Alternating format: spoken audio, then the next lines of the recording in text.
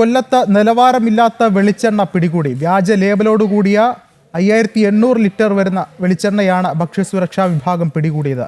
കേരസൂര്യ, കേരഹരിതം എന്നീ ബ്രാൻഡുകളിലുള്ള എണ്ണയാണ് പിടിച്ചെടുത്തത്. കൂടുതൽ വിവരങ്ങളുമായി എം മനോജ് ചേർന്നുണ്ട്. മനോജ, എപ്പോഴാണ് സംഭവം?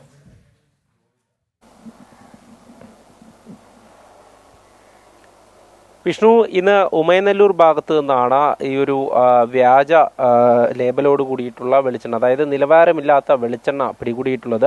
ഭക്ഷ്യസുരക്ഷാ വിഭാഗം പരിശോധന നടത്തി. അതായത് നേരത്തെ തന്നെ ഈ രണ്ട് ബ്രാൻഡുകളിലും വിപണിയിൽ വെളിച്ചെണ്ണ എത്തിയിരുന്നു. ഈ കോതമംഗലം കേന്ദ്രീകരിച്ച് ആണ് ഇതുമായി ബന്ധപ്പെട്ട അഡ്രസ്സൊക്കെ നൽകിയിരുന്നത്. പക്ഷേ അത് അന്വേഷിച്ചെത്തിയപ്പോൾ അത് വ്യാജമാണെന്ന് തെളിഞ്ഞു.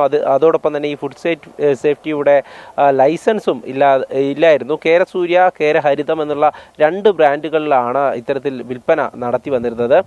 ഇതുമായി ബന്ധപ്പെട്ട് ഭക്ഷ്യസുരക്ഷാ വിഭാഗം അന്വേഷണം നടത്തിയപ്പോഴാണ് കൊല്ലം ജില്ലയിലും ഈ ഉമയനെല്ലൂരിൽ ഇത്തരത്തിലൊരു സ്ഥാപനം പ്രവർത്തിക്കുന്നുണ്ടെന്ന് അറിഞ്ഞത്.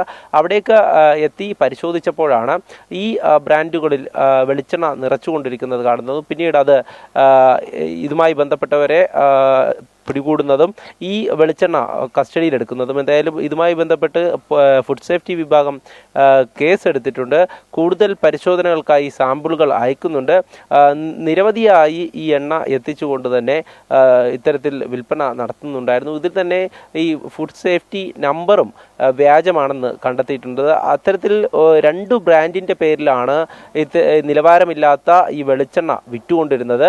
അതിൽ ഇങ്ങനെയുള്ള ഗോഡൗണുകളിൽ എത്തിച്ചുകൊണ്ട് അവിടെയാണ് മറ്റ് ബ്രാൻഡുകളുടെ കവറിലേക്ക് ആക്കി മാറ്റി വിൽപ്പന നടത്തിപ്പോകുന്നത്. എന്തായാലും ഇതുമായി ബന്ധപ്പെട്ട് ഫുഡ് സേഫ്റ്റി വിഭാഗം പരിശോധന നടത്തി. അതോടൊപ്പം തന്നെ ഇപ്പോൾ ഇത് പിടികൂടിയിട്ടുമുണ്ട്. ഈ വെളിച്ചെണ്ണ 5800 ലിറ്ററോളം പിടികൂടിയിട്ടുണ്ട് രണ്ട് ബ്രാൻഡുകളിലുമായി.